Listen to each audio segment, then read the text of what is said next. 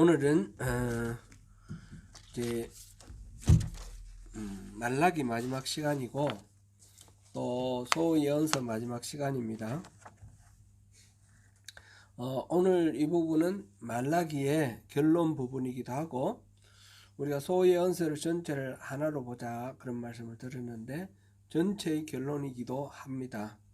그런 의미에서 우리가 한번 요 세 줄 짧지만 이 세 줄 한번 보고 전체적으로 또 우리 한번 또 리뷰해 보면 좋겠습니다.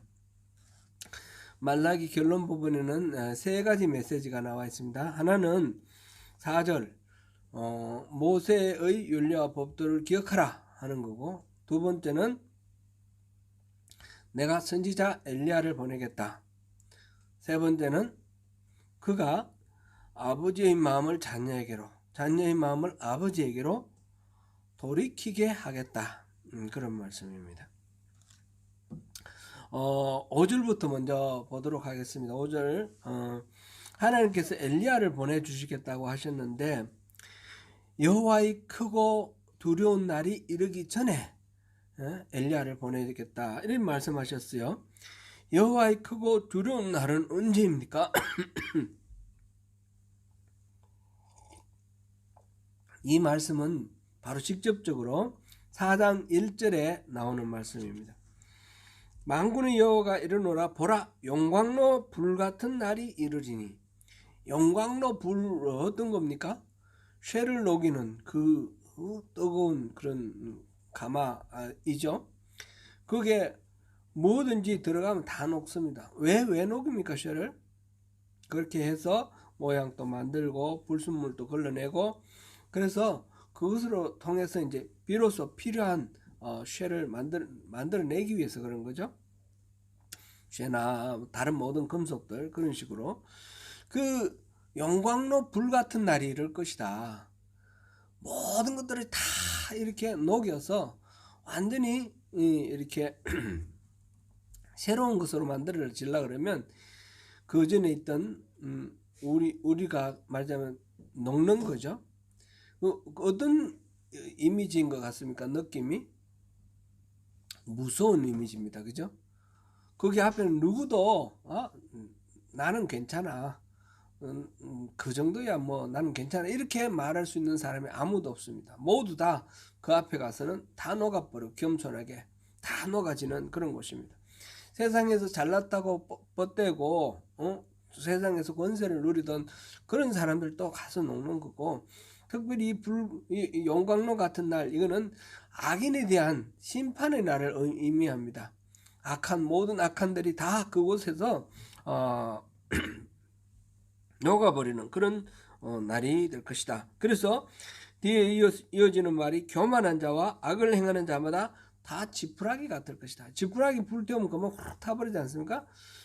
아무리 잘났다고 하고 아무리 그 교만하고 사악한 존재들, 아무리 자기들이 강하다 할지라도 그 여호와의 두렵고 크고 두려운 날, 여기서 용광로 같은 날이 이르면 다 맥없이 그 앞에 굴복하고 심판을 받을 겁니다.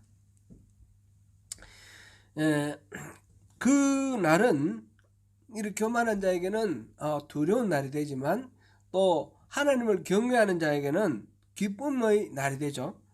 바로 2절을 보니까 공의로운 해가 되어서 치료의 광선을 비춰주겠다.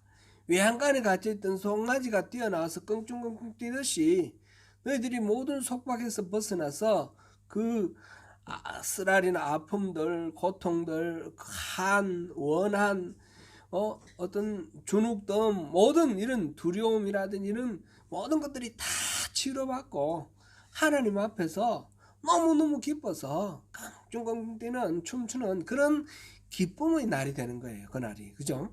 그렇게 되는. 그래서 악인들에게는 심판의 날이고 또 하나님을 경외하는 자들에게는 기쁨의 날이 되는 그런 날이 바로 그날 용광로 같은 불 같은 날이고, 그날이 크고 여호와의 크고 두려운 날이 되는 것입니다. 그 날이 이르기 전에, 그리고 마지막 심판이 이르기 전에 하나님께서 엘리야를 보내주겠다 하셨어요. 엘리야. 내가 선지자 엘리야를 너에게 보내겠다. 선지자 엘리야는 우리가 잘 알죠. 굉장히 많은 기적을 행하고 아주 하나님의 능력을 이렇게 보여준 그런 선지자입니다. 그 3년 반 가물었던 그 땅에 비가 내리기도 하고요. 그런 엘리야인데, 엘리야는 어떻게 죽을 때 죽었습니까? 안 죽었습니다. 그죠? 엘리야는 불병거를 타고 하늘로 올라갔습니다. 그러니까 하늘로 올라간 그 엘리야니까 다시 하늘에서 내려올 거다. 사람들이 기대했는데 하나님께서 그 엘리야를 다시 보내주셔서 이렇게 하겠다라고 말씀. 엘리야를 보내주실 약속을 지금 하고 계시는 것입니다. 근데 그날이 보면 또 앞에 좀 한두 가지 더 봐야 되겠네요. 3장 17절에서는 내가 정한 날 이렇게 말했고, 그날은 여호와를 경외하는 자를 내 소유로 삼겠다 그랬고요.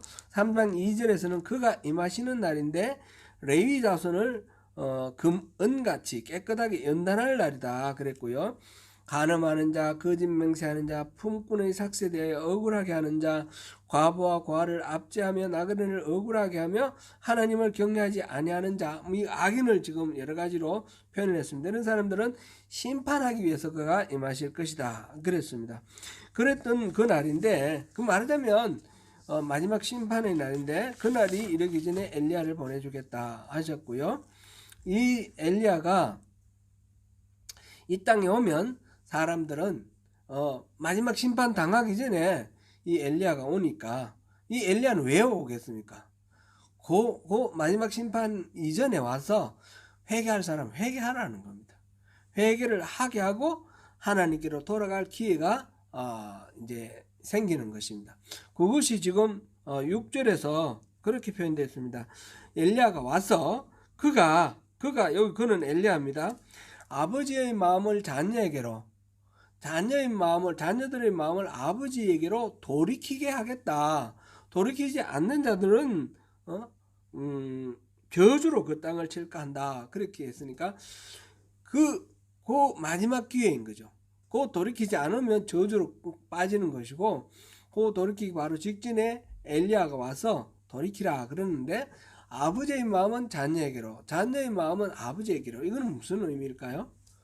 이거는 이제 부모와 자식 간에 이제 하나님을 섬기는 여러 가지 생각에서 말하면 세대 차이가 나고 가치관이 대립되는 그런 상황, 현실을 반영하는 것이 1차적인 겁니다. 지금같이 막 현대적으로 이 세계가 막 빨리빨리 돌아가고 새로운 기술들이 막 발전하고 이러니까 부모들이 신앙생활을 했던 거하고 자녀들이 하나님을 대하는 게 다릅니다. 그래서 부모는 신실한 하나님의 백성인데 자녀들은 안 믿는 사람이 많죠. 그런 경우들이 많은 겁니다, 지금. 그러면 부모들은 자녀들을 보고, 저놈들, 어떻게 폐역한 인간들, 그러면서 막 미움이 막 솟아나고, 저것들이 어떻게 빨리 회개해야 될 텐데, 이러면서 막 그러고, 자녀들은 부모를 보고 어리석다, 저걸, 아무것도 아닌, 하나님이 있다고 그러고 막 그러나, 막 이런 식으로 서로 이렇게 이해를 안 하고, 적대하고, 대적하는 그런 식으로, 이렇게 되어 있습니다. 근데 엘리야가 오면서 그 마음을, 부모 마음이 자녀에게로 돌이키게, 그럼 부모가 생각을 마음을 돌리는 거죠. 그래서 자녀가 왜 이렇게 불신하는가, 자녀의 마음을 이해하고 어떻게 하면 이 아이들이 하나님을 알게 될 수 있을까, 자녀의 입장에서 생각을 하면서 하나님께로 인도하는 그 마음이 생기고, 자녀들의 마음이 부모에게로 간다. 그러면 자녀들도 부모에 대해서 그냥 함부로 생각하던 것이, 부모는 어떻게 해서 하나님을 이렇게 섬길까? 이런 마음을 가지게 되면서 이해하고 서로 공감하면서 마음의 화합을 이루는 거죠. 이제 이게 이제 믿음으로 이렇게 표현했지만 사회 전반적으로 지금 완전히 부모 세대와 자식 세대가 단절이 돼가지고 정치적으로나 사회적으로나 문화적으로나 모든 것들이 대립하고 그렇게 돼 있다는 거예요. 지금 이 말라기가 기록된 그 시대가 그렇고 오늘날 우리 시대가 그렇습니다. 그거를 엘리야가 와서 서로 아끼고 사랑하고 하는 그런 마음으로, 포용하는 마음으로 회복시켜줘서 하나님께로 돌이키게 이렇게 한다는 거죠. 그건 1차적인 생각이고, 1차적으로는 이제 그 시대의 상황 속에 세대 간의 격차, 모든 가족 간의 관계 깨지는 것, 이런 것들이 회복되게, 하나가 회복되게 하는 그런 의미가 있고, 이제 이것이 또 더 나아가서 계속해서 이 말라기에서 얘기하는 것은 하나님은 아버지고 이스라엘 백성들은 아들이다, 이렇게 표현되어 있습니다. 그렇죠? 그거는 1장 6절에서부터 시작해서 여러 군데 그렇게 표현되어 있습니다. 1장 6절에 하나님이 아버지인데 아들인 이스라엘이 아버지를 공경함이 없다 이랬고, 2장 10절에서도 이스라엘은 한 아버지를 가진 형제인데 왜 형제간에 이 언약을 깨뜨리냐, 그래가지고 조강지치를 벌였다, 이렇게 이제 한탄하시는 그런 장면이 나왔고요. 3장 10절에서도 아버지가 자기를 섬기는 아들을 아끼는 것처럼 내가 이스라엘을 아끼겠다, 이런 말씀을 하셨어요. 그러니까 하나님은 아버지, 이스라엘은 아들로 이렇게 계속 유비가 되어 왔어요.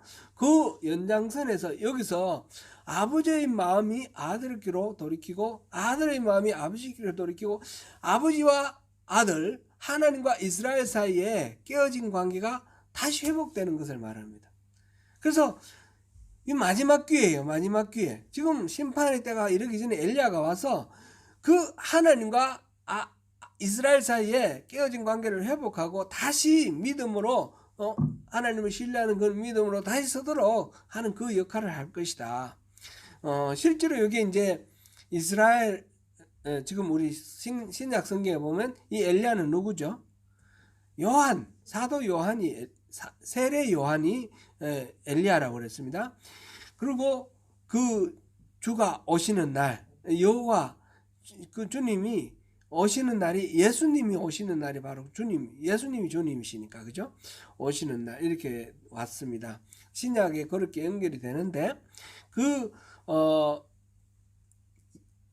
세례 요한이 하는 역할이 하나님께로 가는 길을 평탄하게 해준다 그랬지 않습니까?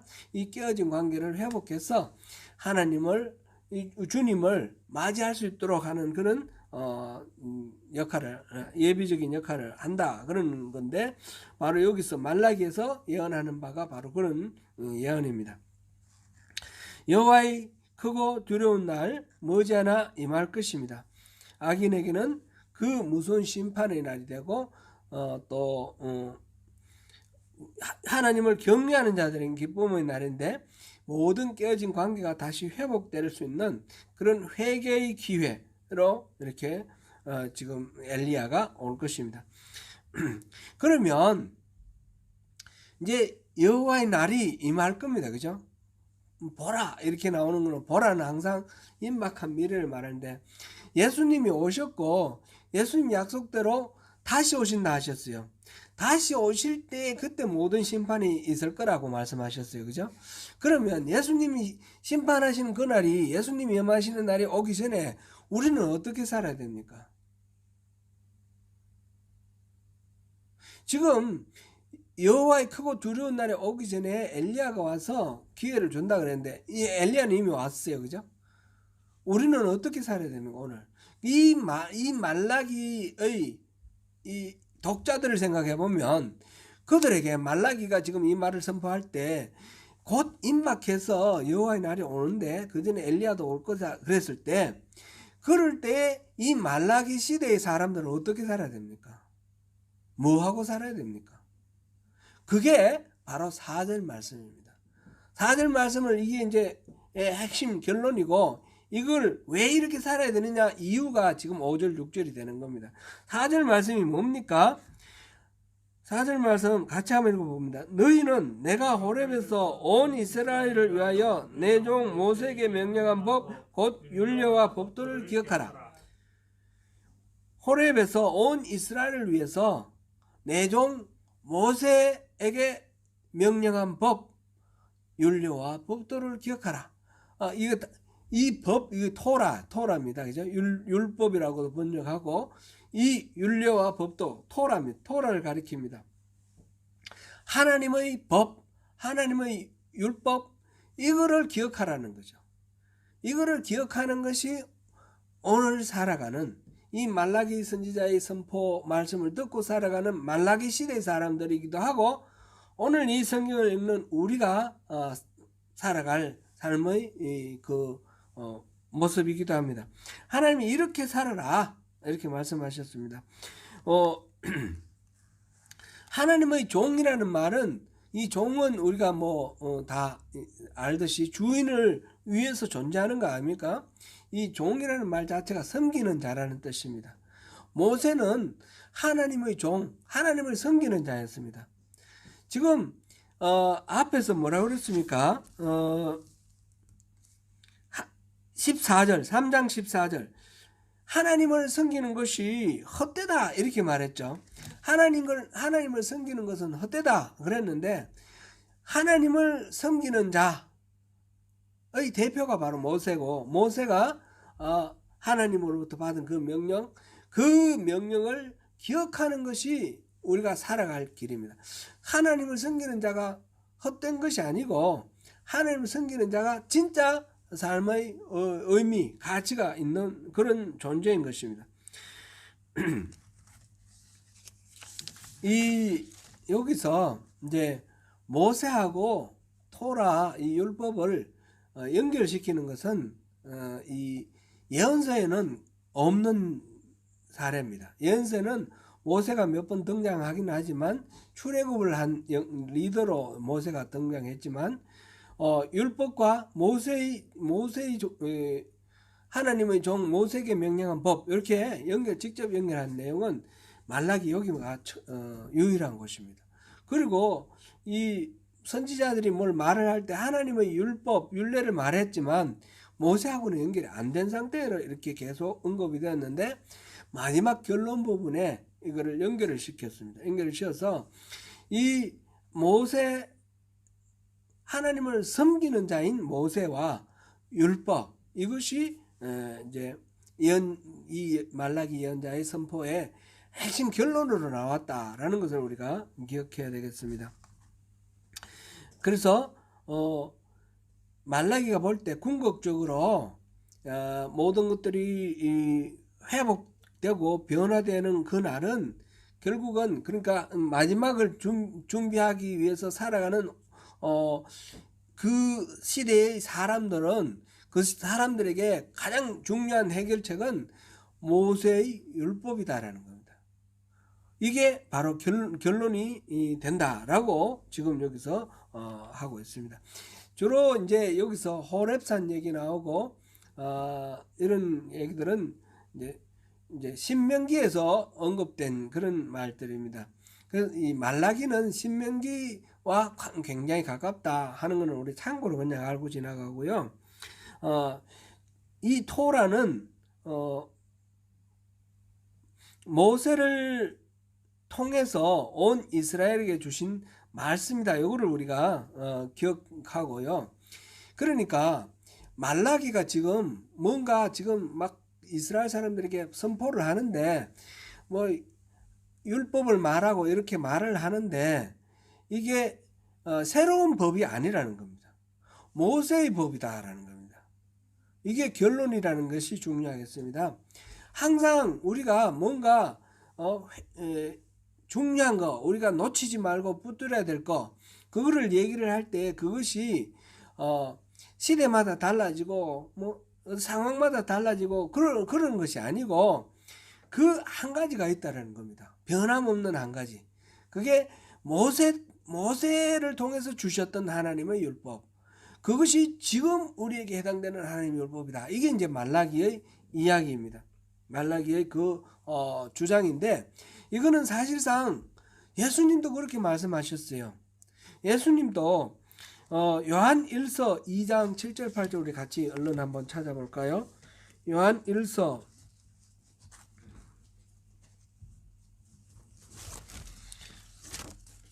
2장 7절 8절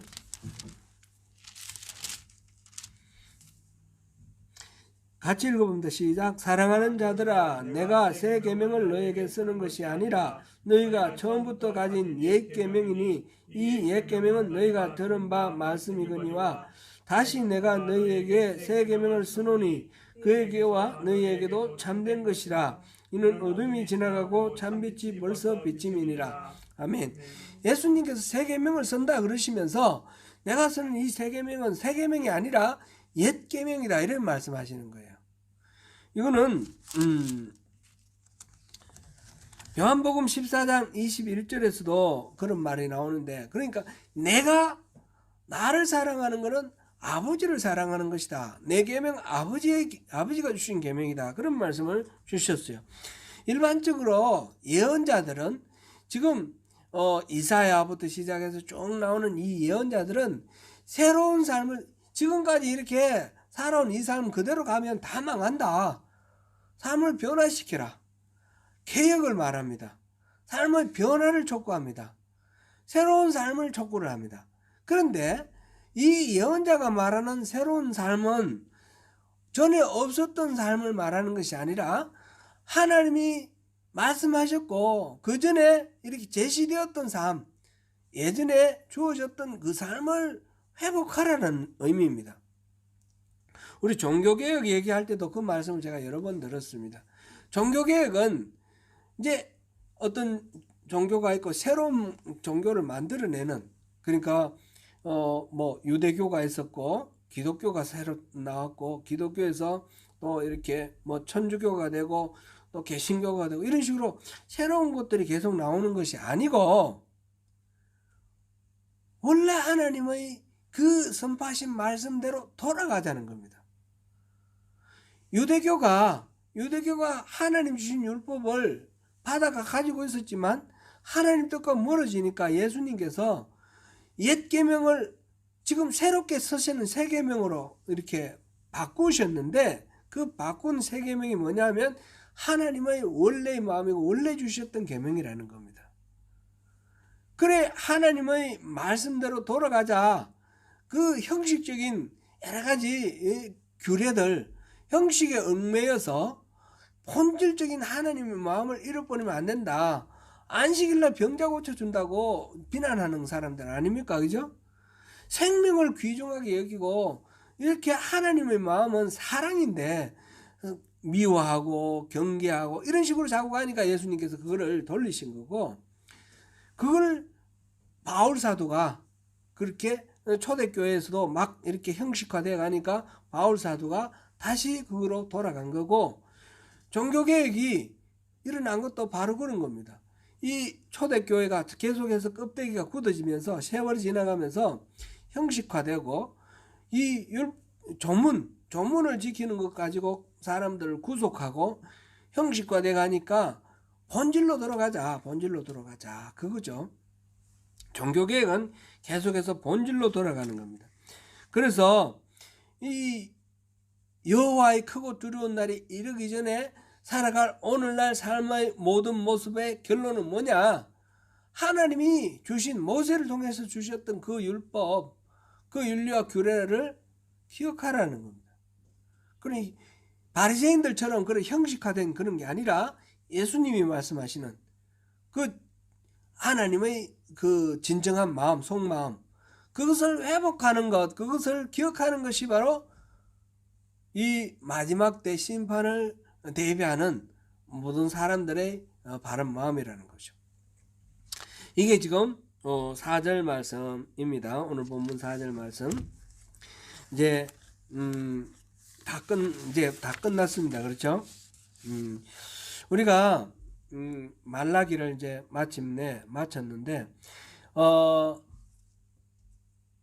뭐가 기억납니까? 말라기를 우리 7번 했는데 7번 동안 했는 말라기에서 말라기 말라기에서 무슨 말씀, 하나님 무슨 말씀하셨던가 생각하면 뭐가 떠오릅니까?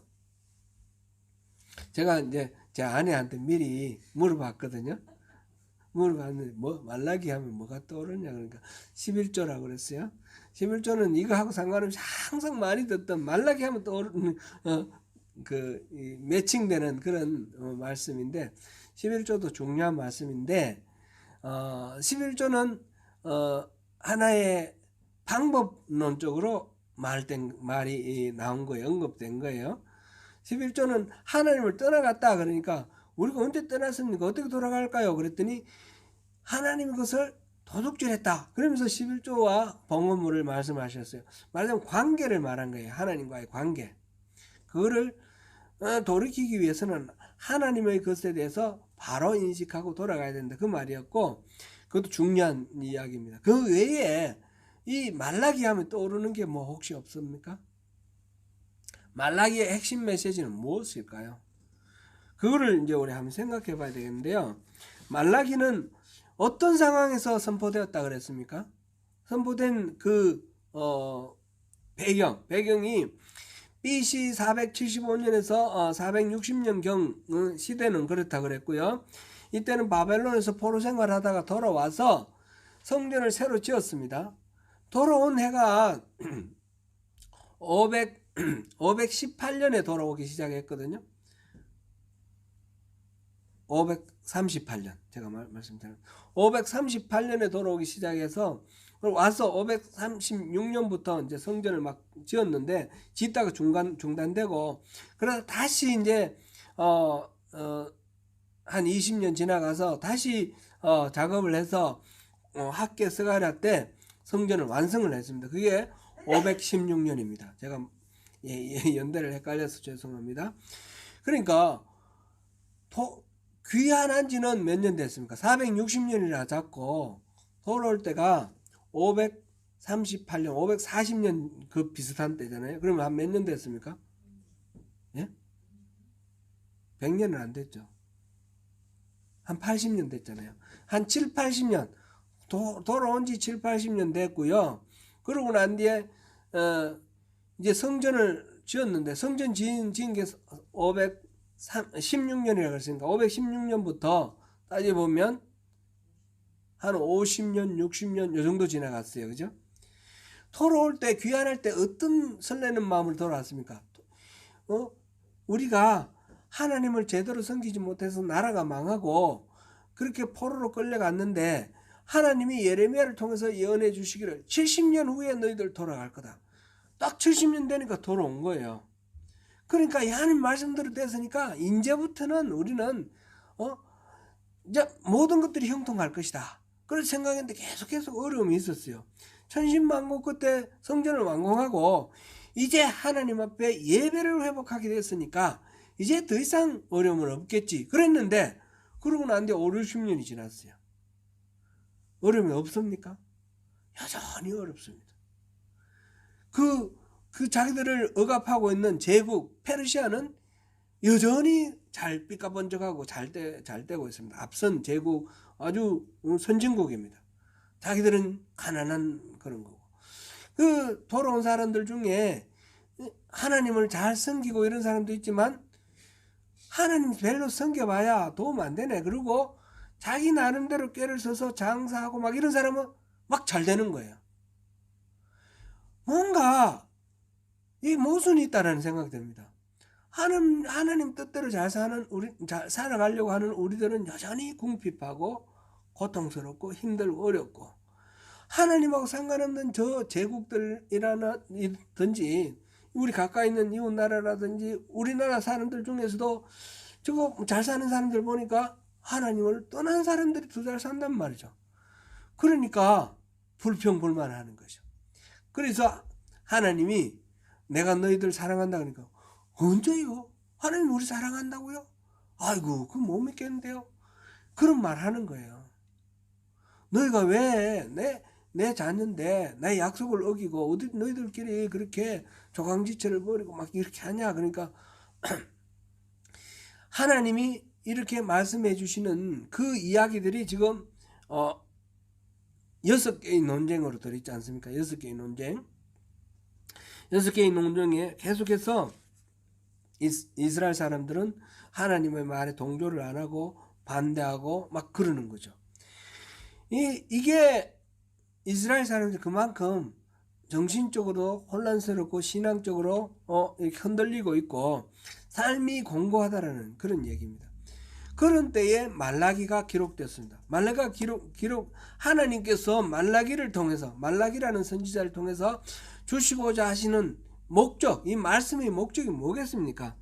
그런 하나님에 대한 서운함, 불만 이런 것들을 달래줘야 되겠고, 또 환경적으로는 막 어렵고 힘들다 할지라도 결국은 하나님은 살아계시고 하나님 말씀대로 살아가는, 하나님을 경외하는 자는 복받지만 하나님을 대적하는 자들은 벌받는다. 그 신앙의 원리를 일깨워주고, 그 다음에 그런 가운데서도 메시아가 올 거다. 메시아에 대한 계속 얘기를 지금 했고요. 그리고 메시아가 오기 전에 엘리야가 먼저 올 거다. 그런 것들을 미리 알려주시기 위해서 이 말라기 선지자를 보내서 말씀을 선포했습니다. 그 논쟁들도 간략하게 얼른 한번 보겠습니다. 하나님 사랑하신다 그랬을 때 그들은 믿지 못해서 반문했고, 에돔이 아니라 에스가 아니라 야곱을 사랑했다는 걸 통해서 하나님께서 사랑하시는 걸 말씀해 주셨고, 그 다음에 하나님은 영광을 받으셔야 되는데 이스라엘 사람들 하나님을 멸시했다 그랬습니다. 이스라엘은 우리가 언제 하나님을 멸시했습니까? 그렇게 반문을 했고요. 하나님은 더러운 떡, 눈먼 희생 이런 거, 온전하지 못한 제물로 제사하는 것, 이거는 하나님을 멸시하는 거다 그랬고요. 하나님은 만물의 아버지인데 자녀로서 언약을 어겼다 그랬었고, 이스라엘은 언제 그랬냐 반문했고, 조강지치를 버리는 것이 바로 그런 거다 말씀하셨어요. 이스라엘은 하나님을 말로 괴롭힌다, 이렇게 하나님의 말씀 책망하시니까 이스라엘은 우리가 하나님을 언제 괴롭혔습니까? 그랬고요. 하나님은 악한 자들을 벌하지 않고 오히려 잘했다라고 그런다, 방조한다. 2장 그 마지막 끝에 2장 17절이죠. 2장 17절 그 말씀이죠. 그래 그런 것이 바로 하나님을 괴롭히는 거다 그랬습니다. 그런데 하나님께서 그가 임하시는 날 모든 것들을 이스라엘은 단련하고 적들은 이렇게 심판할 거다 하는 말씀하셨고요. 그 다음에 7절부터 3장 7절부터 네 번째, 이것도 다섯 번째군요. 하나님을 떠났다 하니까 이스라엘이 어떻게 돌아가리까 반문했고, 11절을 도둑질했다. 하나님께 바치는 것에 대해서 하나님이 주신 누리게 하여 주신 것에 감사하는 마음을 회복할 것을 말씀하셨고, 그 다음에 3장 13절부터는 이제 하나님이 완악한 말로 대적했다 그랬습니다. 하나님, 이스라엘이 무슨 말로 그렇게 하나님 대적했습니까? 그랬더니 그 내용이 하나님을 섬기는 게 헛되다, 여호와를 섬기는 게 무슨 유익이 있느냐, 그런 이야기를 했습니다. 그런 것들은 다 하나님을 대적하는 말이다, 그런 말씀을 하셨고요. 그래서 하나님께서는 그 여호와를 경외하는 자들에게는 존중히 여기고 정한 날에 특별한 소유로 삼을 것이고, 그 교만한 자 이런 사람들은 다 심판을 할 것인데, 그게 용광로의 불과 같은 날이 와서 그들을 다 지푸라기 같이 다 태울 거다, 그런 말씀을 하셨어요. 이게 이제 6번의 그런 이야기들인데, 이 이야기들을 통해서 하나님은 정말 하나님은 이스라엘 사랑하신다. 그리고 지금 현재는 언약 관계가 깨어져 있다. 그 언약 관계를 회복시켜야 된다. 이 말씀을 지금 이 6개의 논쟁을 통해서 말씀을 하고 계시는 겁니다. 이스라엘이 하나님의 그 사랑을 모르고 계속해서 현실 속에서 어려움이 있고 불편이 있고 이런 것 때문에 하나님에 대한 신뢰를 잃어버렸고 자기 살 길을 하나님과 상관없이 자기 살 길을 찾고 우상을 숭배하고 막 그런 상황이 되었습니다. 그래서 머지않아 심판이 있을 것인데 그때 교만한 자와 악한 자들에게는 오목한 심판이 있을 것이고 하나님을 경외하는 자에게는 공의로운 해가 떠올라 치유의 광선이 비칠 것이다. 이게 이제 전체의 이야기입니다. 이 모든 시간들을 지금 이 말씀 선포를 듣고 하나님이 예고하신 그 심판의 날까지 이르기까지 살아가는 모든 삶은 바로 하나님이 여호와의 종 모세를 통해서 주신 그 하나님의 법 토라를 기억하고 그 말씀을 우리 삶 속에 실천하라, 그런 말씀이었어요. 이 결론은 말라기의 결론이기도 하고 또 소선지서 전체의 결론이기도 합니다. 소선지서가 12개가 있지만 12개 각각 나름대로 다 의미가 있습니다. 그런데 하나로 묶어서 이렇게 읽어보는 것도 좋겠다, 그런 말씀을 드렸습니다. 이거는 각각이 갖고 있는 그런 말씀의 깊이와 무게를 가볍게 해버리는 또 폄하하는 그런 실수를 저지를 수도 있습니다. 그렇게 하면 안 되고요. 각각은 존중을 하고 그러나 이 각각이 왜 이런 순서로 이렇게 배치되어 있을까 우리 궁금한데, 그 이유는 단순히 뭐 연대순으로 된 것도 아니지 않습니까? 전체적으로는 연대순으로 비슷하게 되어 있지만 앞선 것도 있고 뒤바뀐 것도 있고, 그래서 이런 순서로 배치한 이유를 생각해 보면 그 내용들이 어떤 하나의 메시지로 향해 있다라는 거죠. 우리 12개의 이 선지서가 카이에즘이라고 그랬죠. 카이에즘, 이렇게 첫째 A, B, C, D 그 다음에 C-B-A 이런 식으로 연결이 된다 그랬는데, 첫 번째 호세아 아닙니까? 호세아가 무슨 이야기였습니까?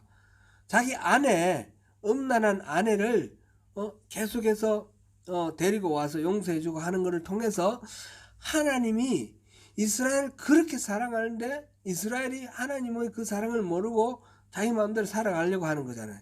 그러니까 하나님과의 언약 관계 그거를 이야기하는 것이 호세아 이야기입니다. 언약을 위반한 것과 하나님의 사랑, 이게 지금 우리가 말라기를 읽었는데 말라기의 같은 내용, 그런 비슷한 내용인 거예요. 짝을 이루는 내용이에요. 말라기에서 계속 했던 이야기가 언약 관계가 깨어졌다는 거 아닙니까? 언약 관계는 여러 가지로 표현했습니다. 아버지와 아들, 그런 언약, 레위의 언약, 생명과 평화의 언약, 그 레위의 언약이 깨졌다라는 얘기했고, 조강지체를 버리는 거, 그것도 언약이 깨진 거로 표현했습니다. 그죠? 호세아에서 아내 얘기한 것과 여기 조강지체 얘기한 것이 그 짝을 이룹니다. 그래서 깨어진 언약, 이거를 회복해야 되고, 이 깨어진 언약을 회복해야 되는 그 가장 중심에 뭐가 있습니까? 하나님이 이스라엘을 사랑한다는 겁니다. 논쟁 중에 첫 번째가 그거 아닙니까? 그죠? 하나님이 사랑한다, 그거를 기억하라는 겁니다. 그래서 언약을 회복하라는 거죠. 그래서 이스라엘은 하나님의 백성이 되고 하나님은 이스라엘의 하나님이 되는 그 모세와 그 출애굽기 19장에서 하나님과 모세 사이에서 이렇게 체결되었던 그 관계가 여기서 다시 언급되면서 이렇게 되는 거죠. 이거는 요엘의 경우는 포로 귀환하고 하나님의 성전인 시온에서 열국을 심판할 거다 그랬는데, 이거는 학개서가랴에서 보면 포로에서 귀환한 공동체가 성전을 재건하고 그 시온에서 열방을 심판할 거다, 그런 얘기가 나온 거죠. 그 다음에 아모스의 경우는 여호와의 날, 그 하나님의 공의와 남은 자, 그런 이야기들이 나왔는데, 이 스바냐에서 보니까 여호와의 날, 하나님 공의, 남은 자 사상 이야기가 나옵니다. 이런 식으로 짝을 이루었고, 요나가 니느웨에 대한 이야기했고, 나홈이 니느웨에 대한 이야기를 했어요. 한가운데 뭐가 있습니까? 미가서가 있습니다. 미가는 성전에서 하나님이 통치를 실현할 것이고, 미가에서 가장 중요한 것은 뭐라 그랬습니까?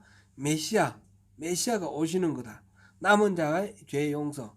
그리고 메시아가 오시는 것을 통해서 언약이 성취되는 겁니다.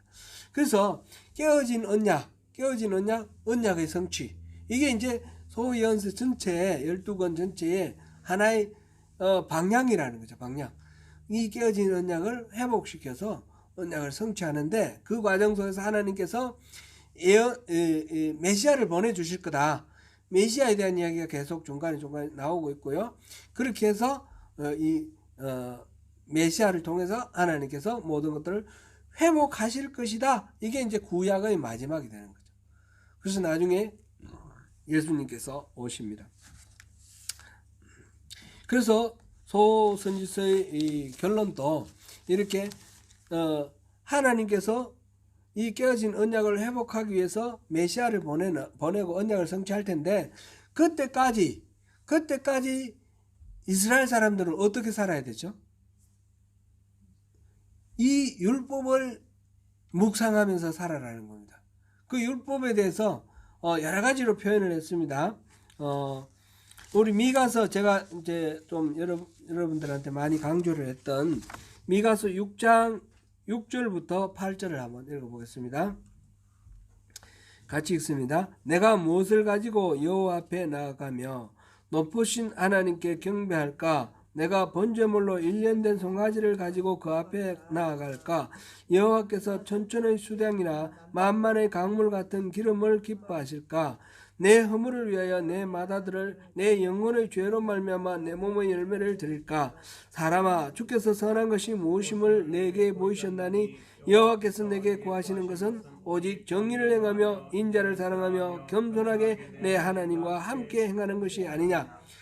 지금 이 메시아를 기다리며 살아가는 오늘 우리가 해야 할 일은 막 짐승을 많이 잡아가지고 이렇게 막 갖다 바치는 그런 제사, 형식의 제사가 아니라는 겁니다.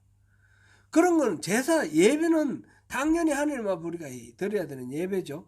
그러나 그 형식적인 예배만으로 하나님께서 기뻐하지 아니하신다는 거죠. 뭐가 있어야 됩니까? 핵심적인 거는 그 하나님 주신 율법의 그 핵심 코어, 율법의 코어가 바로 뭡니까? 정의를 행하는 것, 인애를 사랑하는 것, 그리고 하나님과 함께 동행하는 것, 함께 하는 것, 이거인 것입니다. 그게 지금 미가서 7장에서 핵심적인 그런 메시지가 들어 있습니다. 그래서 그 율법이라는 거는 지금 모세에게 준 그 율법이라는 거는 형식적인 게 아니라는 게 호세아서도 나왔죠. 호세아 6장 6절 우리가 잘 아는 말씀인데, 나는 인애를 원하고 제사를 원하지 아니하며 번제보다 하나님 아는 것을 원하노라. 하나님을 인애가 뭡니까? 사랑하는 거죠. 사랑, 인애. 하나님이 우리를 사랑하듯이 우리가 하나님을 사랑하고 이웃을 사랑하고 사랑하는 것, 하나님을 사랑하는 것과 하나님을 아는 것을 원하신다는 겁니다. 하나님은 하나님 앞에 막 제사 지내고 또 번제 드리고 이런 것, 그건 하나님 주신 제도기 때문에 그거 하지 말라는 말씀이 아니라, 그런 거 원하는 것보다 인애와 아는 것을 원한다, 이 말은 그냥 형식적인 그런 것보다, 그런 거는 차라리 없어도 괜찮은데 하나님을 알고 사랑하는 거는 다른 형식 없어도 좋아요. 그게 핵심이라는 겁니다. 나중에 보면 이제 포로기가 되면 성전에서 제사를 못 지내니까 어떻게 했습니까? 회당을 지어가지고 회당에서 다른 형태의 예배를 드렸습니다. 제사를 짐승 잡아 바치는 제사가 아니라 성경을 읽고 가르치는 그런 회당 중심의 이 제사는 말씀 제사입니다. 말씀 제사. 이 핵심적인 하나님의 말씀을 알고 하나님을 이해하고 하나님을 사랑하는 이것이 있으면 짐승 잡아 바치는 거 없어도 좋다는 거예요. 차라리. 그죠? 핵심은 그거다. 그 호시아서에서 말을 하고 있습니다. 그리고 10장 12절 보니까 이건 제가 읽을게요. 너희가 자기를 위하여 공의를 심고 인애를 거두라. 너희 묵은 땅을 기경하라. 지금이 곧 여호와를 찾을 때니 마침내 여호와께서 오사 공의를 비처럼 너에게 내리시리라. 지금 공의와 인애가 지금 강조되고 있습니다. 공의와 인애. 지금 율법에서 다른 것이 아니라 공의와 인애. 아까 미가에서는 정의, 인애 그랬죠. 그리고 하나님과 동행하는 것. 여기서 지금 묵은 땅을 기경하라. 지금 곧 여호와를 찾을 때니 같은 말 아닙니까? 그죠? 미가서와 같은 말입니다. 아모스 5장 4절 보니까 너희는 살려면 선을 구하고 악을 구하지 말저다. 만군의 하나님 여호와께서 너희 말과 같이 너희와 함께 하시리라. 선을 구하라. 악을 구하지 말라. 이 공의를 구하고 인애를 구하라. 이 말은 같은 말입니다. 아모스 5장 24절 오직 정의를 물같이 공의를 마르지 않는 강같이 흐르게 하라. 그 다음에 이제 강조한 것들이 보면 성문 앞에서 재판을 바르게 하고 굽지 않게 하라는 거죠. 재판 바르게 하라. 이건 뭡니까? 정의를 말하는 겁니다. 정의, 공의. 그 다음에 과부와 고아와 나그네를 돌아보라. 이 인애를 말하는 거죠. 그죠? 이 소선지서 12권을 통해서 하나님께서 우리에게 말씀하시는 것은 우리 하나님과의 깨어진 언약 관계를 회복하라. 그것은 사실은 우리의 힘으로 다 안 되는 거예요. 메시아가 와서 그걸 하게 해줄 거다. 우리 예수 그리스도 십자가를 지심으로 그것이 가능해졌습니다. 그죠? 그렇게 해졌고 그런 가운데 이제 또 심판까지 우리가 살아가는 과정 속에서 우리에게 필요한 것은 하나님의 율법이다. 그 율법이라는 것은 뭐 하라, 뭐 하지 말라, 뭐 고기를 먹으라 이런 게 아니고 공의와 또는 정의, 공의나 정의나 이렇게 이제 교차적으로 지금 쓰였습니다. 공의나 정의 또 인애. 이것이다라는 거죠. 그게 율법의 핵심이라는 것입니다. 그래서 그걸 행하고 그 모든 율법 공의와 인애는 사실상 하나님과 함께 할 때 가능합니다. 그래서 항상 하나님과 함께하는 그런 삶을 살아라. 이게 이제 말라기의 마지막 결론이 미가서에서 핵심적인 구절하고 연결이 되는 것이고 이게 소선지서 전체의 결론이 되는 것입니다. 사랑하는 성도 여러분, 주님은 주님의 때에 주님의 일을 하십니다. 우리는 그 주님의 때를 어떻게 기다려야 합니까? 막연하게 기다리는 것이 아니라 항상 주님의 법을 기억하면서 묵상하면서 주님의 법 안에서 살아가는 것입니다. 그게 정의를 행하고 인애를 사랑하고 항상 하나님과 동행하는 것, 그것입니다. 여호와 하나님을 경외하면서 비록 현실은 때로는 어둡고 참 바다와 같고 풍랑이 몰아치는 그런 현실일지라도 묵묵히 이겨내면서 주님이 주시는 평강을 누리시는 저와 여러분이 되시기를 축원합니다. 기도하겠습니다. 은혜로우신 하나님, 오늘 말라기를 마지막으로 마쳤습니다. 주님, 이 소선지서를 통해서 주님께서 우리에게 깨우치게 해주신 여러 가지 일들 기억하면서 우리가 주님의 마음을 품습니다. 주님께서는 그 말라기 시대에 혼탁한 그 사회 속에서 하나님에 대한 신뢰를 잃어버리고 자기 나름대로 궁리를 하면서 우상을 숭배하든 무엇을 하든지 간에 살아나가는 것이 최고다 생각하는 사람들에게 정말 중요한 것은 하나님의 법을 알고 하나님의 법 안에서 살아가는 것이다 라고 깨우쳐 주시는 그런 말씀이었음을 보았습니다. 주님, 오늘 우리가 살아가는 이 현대 사회도 그렇습니다. 하나님은 왜 저런 악한 것들을 내버려 두실까? 왜 악한 사람들이 더 잘 먹고 더 잘 살까? 하나님 말씀대로 살아가는 것은 왜 이렇게 어려울까? 우리가 현실 속에서 부대끼는 그런 질문들과 어려움들입니다. 주님을 신뢰하고 살아가는 주님의 백성들에게 힘 주시고 용기 주셔서 말씀대로 살아가는 것이 결국은 승리하는 길이고, 주님께서 주시는 공의로운 그 해, 그 치유의 광선으로 그 외양간 송아지가 뛰듯이 그렇게 기쁨으로 살아가는 그런 우리의 삶이 될 수 있도록 주님 은혜 베풀어 주시옵소서. 우리가 매일매일 승리의 삶을 살아갈 수 있도록 도와주시옵소서. 예수님 이름으로 기도드립니다. 아멘.